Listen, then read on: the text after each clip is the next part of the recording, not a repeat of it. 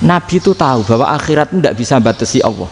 Kamu tidak bisa nyemprit Allah, Allah ini akhirat loh, amal sudah tidak manfaat, ingat itu. Tidak bisa seperti itu.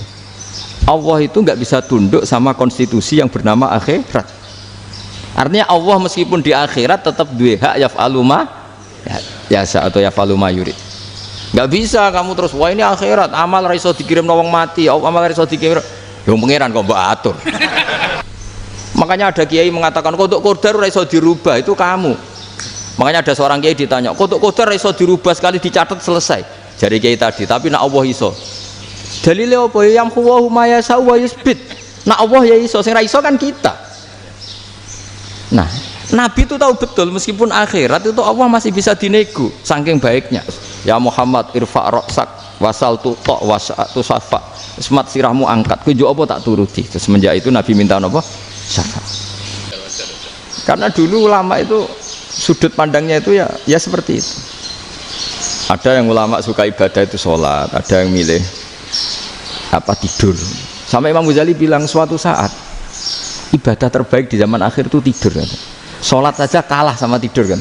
Tapi itu loh ya, yang wajib tetap loh, terus kamu gak sholat wajib. Begini beliau mencontohkan itu.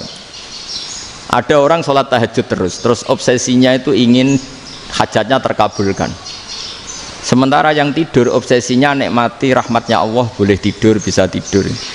Kata Imam Ghazali, timbang kita tahajud terus nuntut pangeran aduk turu katanya. Mergo engko dia akibat terus setan memberi bisikan, lo nyatanya kamu tahajud ya gak terkabul, berarti cerita bahwa Nabi ngendikan kalau doa tahajud mustajab enggak. Daripada ngono ki aduk turu ora tau ndonga ya. Timbang abri-abri Islam ya, timbang elek-elekin apa? Islam. Jadi ulama itu mulai dulu itu sudah berpikir. Banyak orang menjadikan tahajud sholat malam itu media untuk hajatnya. Dan kalau nggak kesampaian ini mutung. Nyalahkan kiainya ijazah ramandi. Macam. Daripada ngono ora usah apa? Tahajud turu. Dan jenis kayak ini tuh banyak. Makanya ulama kayak saya itu saenake dhewe itu ya jarak. Saya sering didolani mukhibin terus bilang Gus saya doakan gini-gini saya mau nyalon bupati atau saya gini. Saya bilang gak waduh orang dongo nak ramandi darani ulama dongane ramandi. Nak mandi kamu jadi bupati tetap nganggep karena beli. Sopo sing ora roh bupati saya gak beli. Ribet kan? Ketika mereka jadi ngunsurkan doa kamu apa karena kemarin beli? Yang beli maksudnya nggak beli nggak usah tersinggung.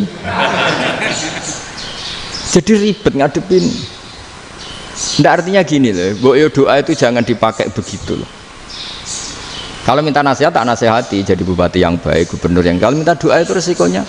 Akhirnya kiai kalau diminta doa ya doa sebenarnya diisinya itu nggak doa kemenangan. Selamat. Itu nggak selamat gitu. Karena ribet. Makanya Islam itu doa itu setelah iman. Aturan iman benar baru doa. Aturan iman benar termasuk Allah itu yaf'alu ma yasha, boleh melakukan yang dikehendaki. Allah nggak boleh terdikte oleh doa kita, nggak boleh. Ya saya ulang lagi ya, madzhab Hasan Asyadzili ini khas kita.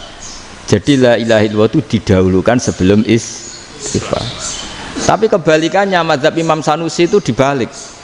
La ilaha illallah itu kalimat yang sakral. Karena yang sakral dibutuhkan muqaddimah, yaitu yang melafadzkan harus yang sudah bersih, yang sudah steril baru melafadzkan la ilaha illallah. Maka dalam madzhab Sanusiyah istighfar dulu baru la ilaha illallah. Nah cara madzhab Abul Hasan Asyadzili kebalikan, istighfar itu sah setelah sahnya tauhid. Kamu ikut mana dulu? Asyadzili apa Sanusiyah? Alhamdulillah sama-sama tidak paham ya sudah. Akhirnya sudah. Ya saya nggak kemana-mana kan gitu. Jadi apa ya? Terus ini saya teruskan ini biar khas pesantren atau khas NU lah, kalau bahasa Pak Rektor khas NU. Ini Ben sampean tahu beberapa perbedaan itu lazim, halaman 24. Ya halaman 24 sama 25. Tak baca ini masih orisinil. An Sufyan bin Uyainah ini juga gurunya Imam Syafi'i. Kata Sufyan bin Uyainah, beliau cerita, kana Isa wa Yahya alaihi salam ya'tiyanil qaryah. Fayas'alu Isa an syirari ahliha.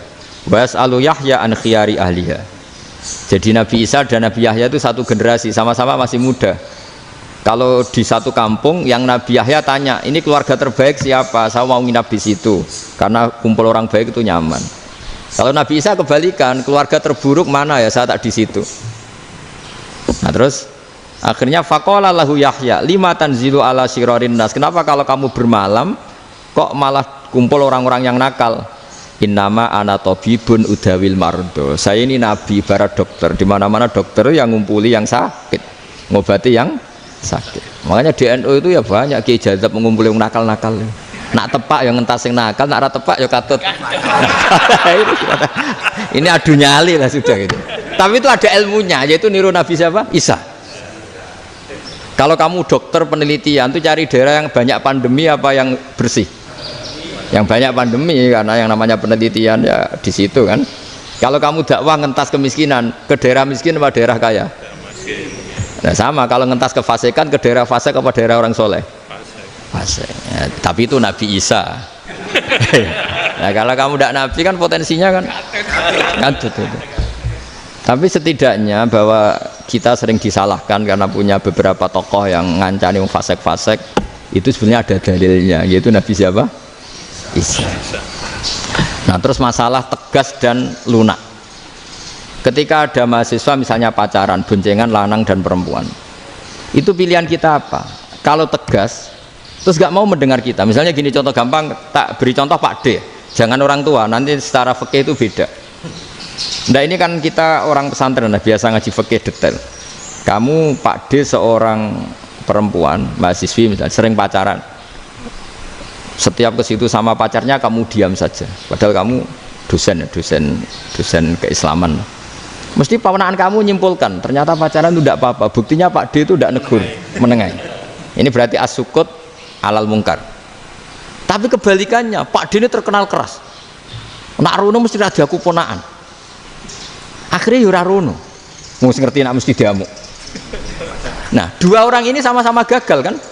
Yang lunak menjadikan ponaannya pacaran terus karena enggak negur sehingga dikira membolehkan. Sing keras juga agak sempat bina wong rono era wani. Akhirnya dua orang ini sama-sama enggak ketemu, sama-sama enggak berkesempatan membina kan? Gagal membina kan? Karena yang keras ponaannya enggak pernah situ, berarti enggak bisa bina kan? Yang lunak membiarkan berarti juga ada bina. Nah, Islam itu antara dua itu.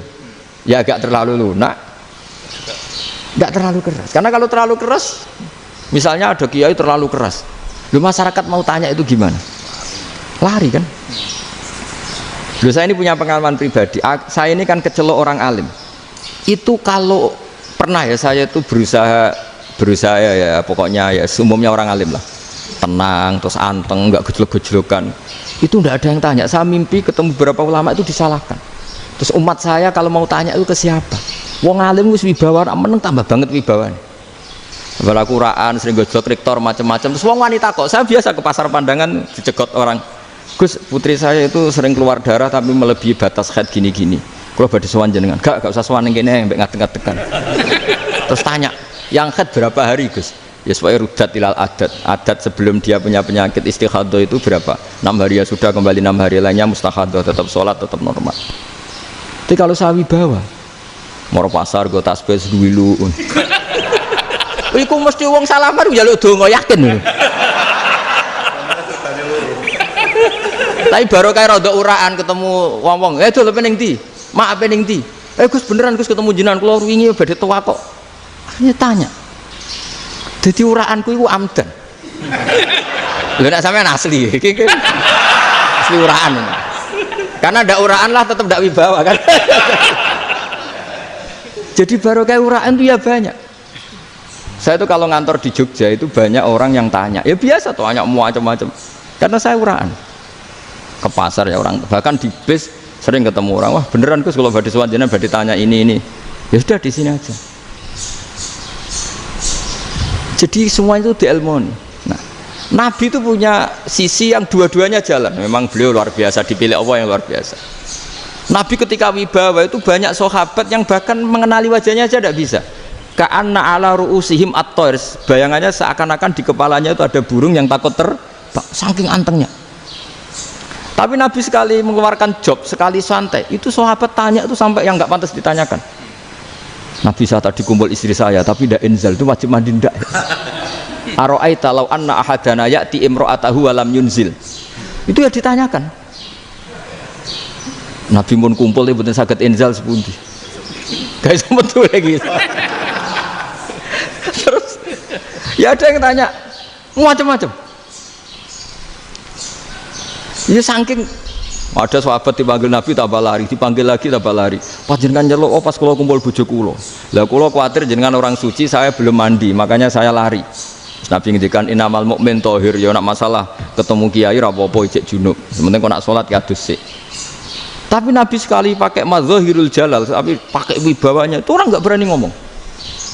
Tapi sekali Nabi rileks, itu orang bisa tanya apa saja, termasuk halal yang enggak pantas. Lalu ada sahabat itu tanya lucu, tanya Maimunah. Maimunah itu ya cantik tapi sudah agak tua lah. Maimunah, ya umal mukminin, hukumnya ngambung bojo pas Ramadan piye? Wah gak roh aku, gak tahu diambung kan Nabi pas Ramadan. Tanya Saudah, wah malah orang-orang diambung. Kalau Saudah itu kan wis tuwa itu. Lucunya istrinya jawab, tanya Aisyah yang mungkin Nabi, iya yang mungkin tanya Aisyah. Itu yang usul ya istrinya Nabi Maimunah. Selalu Aisyah, tanya be Aisyah. Ya Amirul ya umal mukminin gini-gini. Aisyah yang cantik masih perawan kan. Qabbalani Rasulullah bahwa oh Nabi biasa ngambung-ngambung pas Ramadan dan beliau tetap puasa. Akhirnya fakih ngarang kan wa takbil fi Ramadan wa tublah la tubtilu shauma ngambung ora. Iku ya udah biasa dhisik. Ya nasib bojone ayu. Ndak ini artinya seasik itu. Jadi garwane Nabi sing ngrasa rodok tuwa. Wah, aku ora tahu ya. Kok Aisyah serilek itu dulu itu. Maksudnya orang-orang Islam pertentangan itu. Maksudnya dia balik semua ini bedanya orang pesantren sama orang kampus. Kalau orang kampus mau cerita agama itu rahmatan lil alamin, tapi nyontokno rileke ora iso. Agama itu rilek, tapi nyontokno rileke ora iso. Mergo ora pati ngaji. Contohnya ora iso, dadi mau gawe kaidah Islam itu rahmatan. Jadi Nabi itu lah, Allah juga gitu. Allah itu kalau sudah memperlihatkan madzahirul jalal, itu mbok malaikat Jibril rawani. Ketika Allah dengan madzahirul jalal. Tapi kalau Allah dengan madzahirul jamal, madzahirul apa? Jamal. Iku ya gojok-gojok kan ambek makhluke gojok. Ya buli-bulian cara sakniki. Ya sampean delok ning hadis syafaat itu, akhiru man dakhalal jannah atau akhiru man kharaja minan nar, itu di beberapa judul. Ada seorang rojul yang ahli neraka ya, dintas baik pangeran, terus ditudono swarga.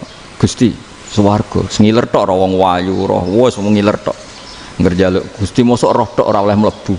Jarimu asal mlebu metu kon neraka ora jaluk-jaluk meneh. Sumpah lho ya, gak jaluk apa-apa meneh. Mboten Gusti. Sekali saya keluar dari neraka ndak akan minta apa-apa lagi. Wis. Wallahi, wallahi, la as'alu ghairaha. Maksudnya ghaira khoslah, ghaira tilkal khoslah. Ya niku selain keluar dari neraka saya tidak akan minta lagi. Didono swarga wong do kelon seru wibet kan. Sing bojone elek kan dendam dadi ning swarga iki. Swarga wis macam-macam. Gusti mosok roh tok ora oleh mlebu. Jarine janji ra njaluk meneh. Akhire ya wis didelokno neraka. Jadi pangeran jawabe gampang, didelokno neraka. Roh neraka begitu menyakitkan, begitu ngeri. Sudah Gusti saya tidak minta surga, sementing nggak masuk neraka. Rabbana srif anna adzab jahannam. Setelah lama itu diadepno swarga njuk mlebu swarga, terus diadepno nang neraka. Akhirnya ya sudah.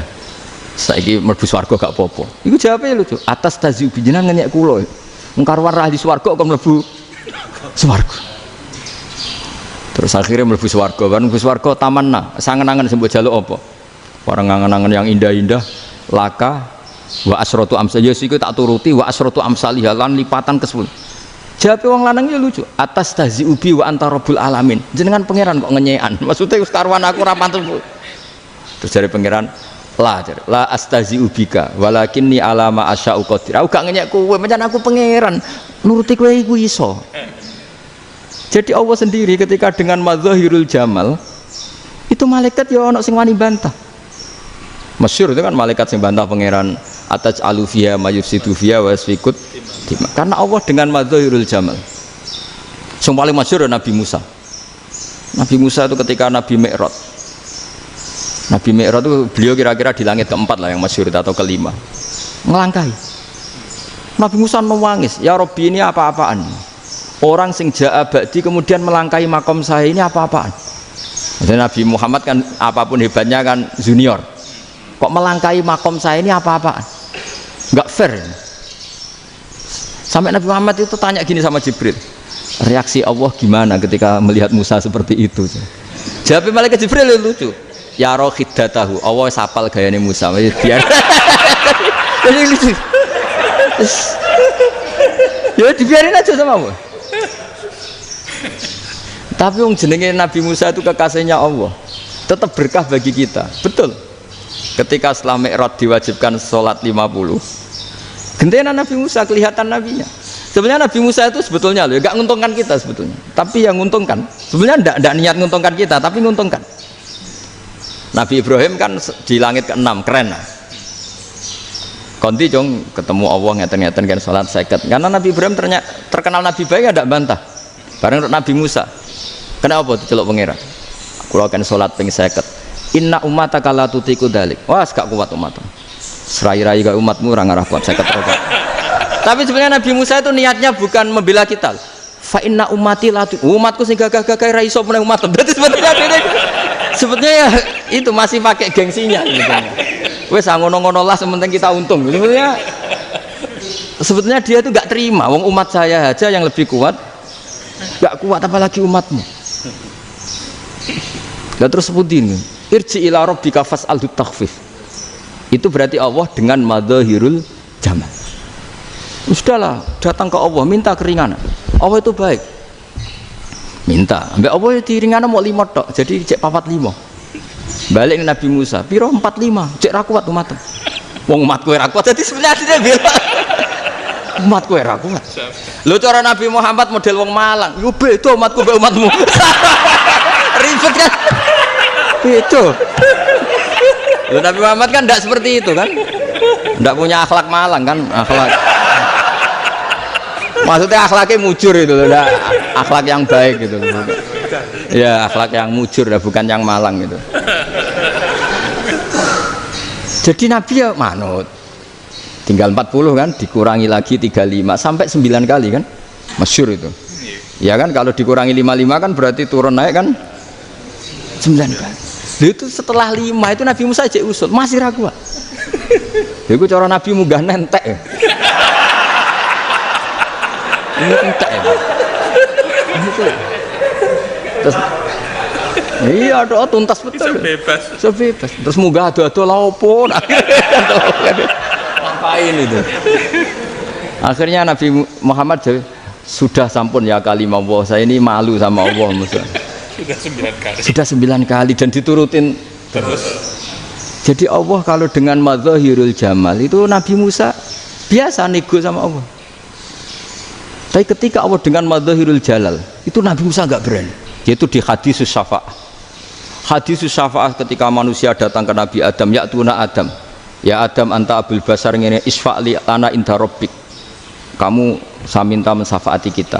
Nabi Musa, Nabi Adam inna rabbi qad ghadibal yawma ghadaban lam yaghdab qablahu mislah wa la yaghdab ba'dahu mislah. Ini Allah sedang murka besar dan tidak akan murka seperti ini lagi. Sudah saya tidak berani, nafsi. Nabi Ibrahim enggak, termasuk Nabi Musa ketika itu ya enggak berani. Karena Allah dengan madzahirul jalal. Itu Nabi Musa enggak berani. Sudah saya sendiri itu pernah salah, yaitu saya membunuh seseorang yang enggak disuruh oleh Allah membunuh itu, yang pas jotosi orang Kipti. Akhirnya datang ke Nabi Muhammad, pas ke Nabi Muhammad Allah dengan madzahirul jamal, dengan madzahirul jamal sampai Kanjeng Nabi ngendikan analah, saya akan memintakan syafaat kalian. Terus fa ahmadu rabbi bima hamida allamaniha rabbi. Saya muji Allah dengan pujian-pujian yang orang lain tidak tahu, hanya saya yang diajari, kata Rasulullah. Nah di sini menurut banyak ulama termasuk kitab yang saya baca, kenapa Muhammad sebagian namanya Ahmadu? Itu dari af'al tafdil, fa Muhammadun Ahmadu min ghairihi. Muhammad Rasulullah itu kalau muji Allah di atas cara mujinya Nabi yang lain. Jadi Ahmadu bukan dari fi'il mudhari' lil mutakallim tapi dari af'al apa? Tafdil. Fa Muhammadun Ahmadu min ghairihi. bahwa Kanjeng Nabi Muhammad SAW itu cara mujinya Allah di atas pujian para nabi. Makanya di sini Sayyid Ali Zainal Abidin kalau muji hamdal hamidin wa fauqa hamdil hamidin. Jadi pujian saya ini di atas rata-rata cara mereka apa? Memuji. Yaitu sirinya apa? Nabi itu tahu bahwa akhirat itu tidak bisa batasi Allah. Kamu tidak bisa nyemprit Allah. Allah, ini akhirat loh. Amal sudah ada manfaat. Ingat itu. Tidak bisa seperti itu. Allah itu nggak bisa tunduk sama konstitusi yang bernama akhirat. Artinya Allah meskipun di akhirat tetap duwe hak yaf'alu ma yasa atau yaf'alu ma yurid. Nggak bisa kamu terus wah ini akhirat amal ra iso dikirim wong mati, amal ra iso dikirim. Yo pangeran kok mbok atur. Kalau kita yang mengirimkan tidak bisa, tapi kalau Allah tetap bisa. Makanya ada kiai mengatakan kodok qadar ora iso dirubah, itu kamu. Makanya ada seorang kiai ditanya, kodok qadar ora iso dirubah sekali dicatat selesai. Jari kiai tadi, tapi nak Allah iso. Dalile apa ya yamhu ma yasha wa yusbit. Nak Allah ya iso, sing ra iso kan kita. Nah, Nabi itu tahu betul meskipun akhirat itu Allah masih bisa dinego saking baiknya. Akhirnya Nabi sujud, masyhur itu terus ya Muhammad irfa' ra'sak wasal tuta wasatu safa. Semat sirahmu angkat, kujo apa tak turuti. Terus semenjak itu Nabi minta apa? Syafaat. Jadi makanya terus banyak GNU sing macam-macam lah. Ono sing potongane wedi terus hati-hati. Niku berarti makome Madzahirul Jalal. Ono sing amen guyon nek makome Madzahirul Jamal. Ono sing ra jelas ngene iki, sing ra jelas. Nak guyu buanter kok nangis kok buanter. Jebule urusan utang. Lah ini sudah yang udah. Jadi makanya yang rileks saja. Sebenarnya agama ini santai, rileks karena agama ini harus bifarohin wasururin. Enggak boleh agama ini dibawa dengan kekerasan, dengan antisosial. Karena agama ini harus kul bi fadlillah bi rahmati fa bidzalika falyafrahu, harus senang, harus rileks. Makanya saya jadi kiai itu senang takutnya gini. Sekali saya tidak senang jadi presiden buruk. Ternyata jadi wong alim ora enak, itu contohnya. Sampean merengut terus uripe susah, nanti orang tidak berani jadi orang alim. Makanya saya buktikan bahwa saya lebih bahagia dibanding rektor. Nanti orang yang jadi rektor semua ingin jadi orang alim. Iya, makanya ini kan bentuk kearifan lah. Jenengan ngakui fungsi kiai kayak saya itu bentuk kearifan. Saya juga ngakui jenengan ini butuh kearifan. Saya sering didolani KUA itu rata-rata ya didikan kiai. Kompilasi hukum Islam itu banyak ya, janda cantik. Contohnya harus cantik, kalau jelek nggak mungkin terjadi kan. Ada janda cantik kebetulan suka kawin tapi takut zina. Saya ulang lagi, suka kawin tapi takut. Itu seringnya gitu Pak Rektor. Jadi dia kawin bosen, bilang ke KUA, Pak saya sekarang mau nikah sama ini. Loh, tapi kamu mau punya suami. Ya tapi kan nggak tercatat Pak. Itu KUA-nya rata-rata itu nggak berani. Meskipun nggak tercatat, karena secara fikih meskipun nggak tercatat tetap dia seorang perempuan yang bersuami, maka nggak boleh nikah sama orang lain. Tapi secara hukum santri nggak bisa dong menikahkan perempuan sing dzati zaujin yang punya suami. Jadi ini barokahnya kerjasama yang baik. Jadi di masyarakat itu tertanam didikan kiai nggak boleh nikahkan perempuan yang bersuami, tapi di KUA ngikuti hukum formal. Dan di Indonesia itu KUA itu rata-rata konsultasinya ya sama kiai, sehingga ya nggak berani akhirnya meskipun aku wedi mlebu neraka Mbak, gak iso. Dan itu banyak. Seorang lagi ya, makanya ini kan pesantren itu nggak boleh mati. Orang kiai-kiai kayak saya nggak jelas-jelas itu harus lebih jelas lagi. Karena ini yang on time, yang online, yang siapa saja bisa tanya. Saya itu SMS saya itu nggak punya HP WA. HP jadul itu SMS-nya tiap hari tak berapa. Orang yang tanya dari Kalimantan, dari Aceh. Gus di kampung saya ada masjid 2 itu yang Samana. Ada yang dari orang perkotaan, Gus di perumahan baru ada masjid, yang Jumatan baru orang 12, sah enggak? Ya langsung saya jawab, sah. Dalilnya ini. Ya sudah. Nah, tapi kata Imam Syafi'i gini harus orang 40, itu madzhab Syafi'i, dalam madzhab yang lain gini-gini. Itu kalau tanya rektor itu kan ribet, masuk ajudan dulu, asisten dulu, panjang.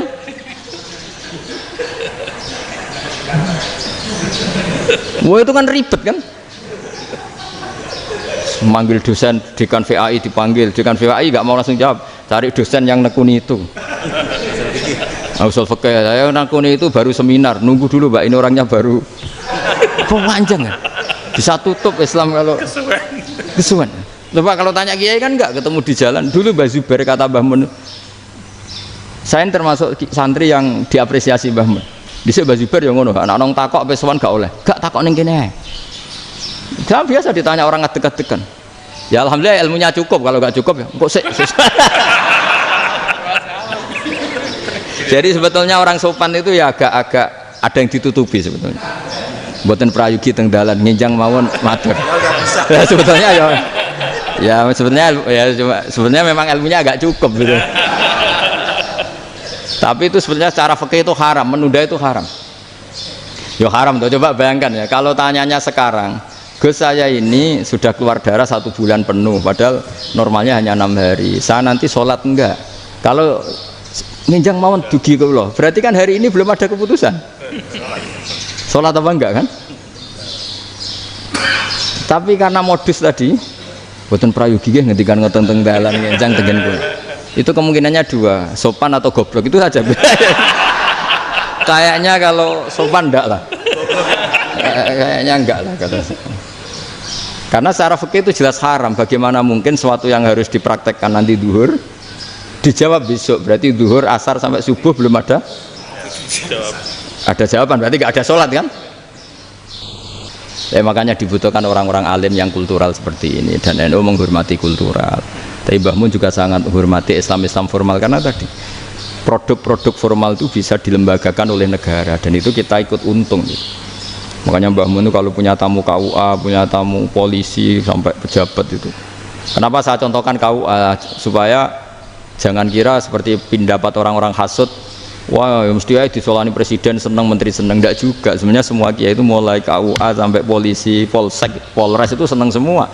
Karena sama-sama diajak mengawal bangsa ini, diajak mengayomi semua masyarakat. Tapi kadang-kadang masyarakat ngeritiknya, jenenge kiai disolani menteri ya senang presiden. Padahal yang sowan kiai itu ya mulai KUA, Kapolsek, kepala desa, RT, mudin. Itu mudin kalau tanya ya lucu-lucu. Gus kalau nate nyembelih pitik kemanian, pitike go gede man. Akhirnya wis ngerti nak kemanian langsung tak sebelah meneh terusane ku sak ta ora. Ribet. Ya tak jawab, lah pitike pas iku jek urip to ora? Terus urip Gus. Wis sah cara madzhab Malik jek urip. Karena itu ada perdebatan antara madzhab Malik dan madzhab Syafi'i. Nah cara Imam Syafi'i itu agak ketat. Hewan yang punya kehidupan sudah mutharibah, misalnya ayam jago, contohnya harus jago, karena kalau ayam kecil diikhlaskan haram. Jadi yang cilik wae kan gitu. Fikih itu ya, fikihnya orang Indonesia itu pecundang. Kalau ayam kecil nggak ditanyakan, mate ra wis. Kalau jago ditabrak truk kejet-kejet. Andai kan nggak disembelih pun mesti mati. Itu cara madzhab Syafi'i itu haram. Karena penyembelihan ini tidak menjadi penyebab kematian, tapi memang karena kecelakaan tadi. Jadi cara madzhab Imam Malik enggak. Andai kan enggak disembelih, matinya kan 2 menit lagi atau 1 menit lagi. Andai kan enggak disembelih, berarti mati sekarang itu bawaan peso apa bawaan kecelakaan? Ya sudah halal gitu caranya. Nah akhirnya ya saya bilang ya sudahlah kita semuanya mati. Jadi cara debat, cara Imam Syafi'i enggak, cara berpikir itu sudah tidak kehidupan yang normal. Yang dimana-mana penyembelihan itu mematikan yang hidup normal. Jadi agak ketat. Sehingga dalam contoh kemanian, kalau dalam bahasa Jawa nyembelih agak sempurna terus pesonya jatuh atau apa itu, kalau pakai madzhab Syafi'i agak kesulitan. Jadi kalau madzhab Malik asal diselesaikan secara fauron, dan juga sebagian madzhab Syafi'i itu halal. Nah orang mesti tanya gitu, Gus, wedhusku tabrak truk, man Gus kejet-kejet. Nak pitik cilik ra ditakokno. Makanya termasuk kritiknya Mbah Mun, tapi ini madzhabnya Mbah Mun ya, kamu boleh ikut boleh ndak, karena ini urusan ndak penting. Jadi wong-wong lucu, nak ditakoki yuyu muni haram mergo amfibi. Yuyu ngerti ya, Man? Yuyu nggih. Tapi nak ditakoki kepiting muni halal. Mergo nak yuyu haram gak eman, nak kepiting eman. Padahal alasannya coba, kenapa yuyu haram? Karena amfibi kan, bisa di air. Pertanyaannya, kepiting seperti itu ndak? Nah, tapi kepiting kalau haram kan eman. Karena besar kan. Kalau yuyu silahkan haram kan gitu. Artinya apa? Fikih kita ini agak-agak pecundang gitu, agak-agak pertimbangan. Iya, ini lucu kan? Kualitatif. Coba alasannya yuyu haram karena apa? Amfibi kan? Hidup dua alam. Pertanyaannya kepiting seperti itu enggak? Iya. Iya, kenapa kalau orang tanya, yuyu haram apa halal? Rata-rata jawab haram. Tapi kalau kepiting mulai khilaf. Loh mestinya kan sama kan? Lah itu karena unsur imannya gitu. iya tadi. Saya juga sering melihat tonggo-tonggo itu. Ayam cuwilik sakmene ketabrak truk, enggak ada yang tanya. Jago. Tapi saya pernah jalan-jalan di Naruan sini. Ono jago ketabrak, sing duwe langsung marani kula. Pas saya naik motor, Gus ini halal apa haram? Nak langsung kula sebelah halal apa haram? Wis kanggo kowe halal ya kowe halal. Karena saya tahu tak jawab haram mesti kecewa itu. Aduh. Akhirnya kiai ini beratnya kan. Ya akhirnya ya saya setelah itu Fatihah Imam Syafi'i ngapunten nih umat kula nu rahasia madzhab jenengan tuh ndak siap. Untuk masalah ini tidak sama. Iya kan akhirnya pakai madzhabnya Imam Malik tadi. Ya tak Fatihah Imam Syafi'i ini mboten niat nglawan jenengan. Tapi ngobati tiang eman. Mergo pitike besar itu.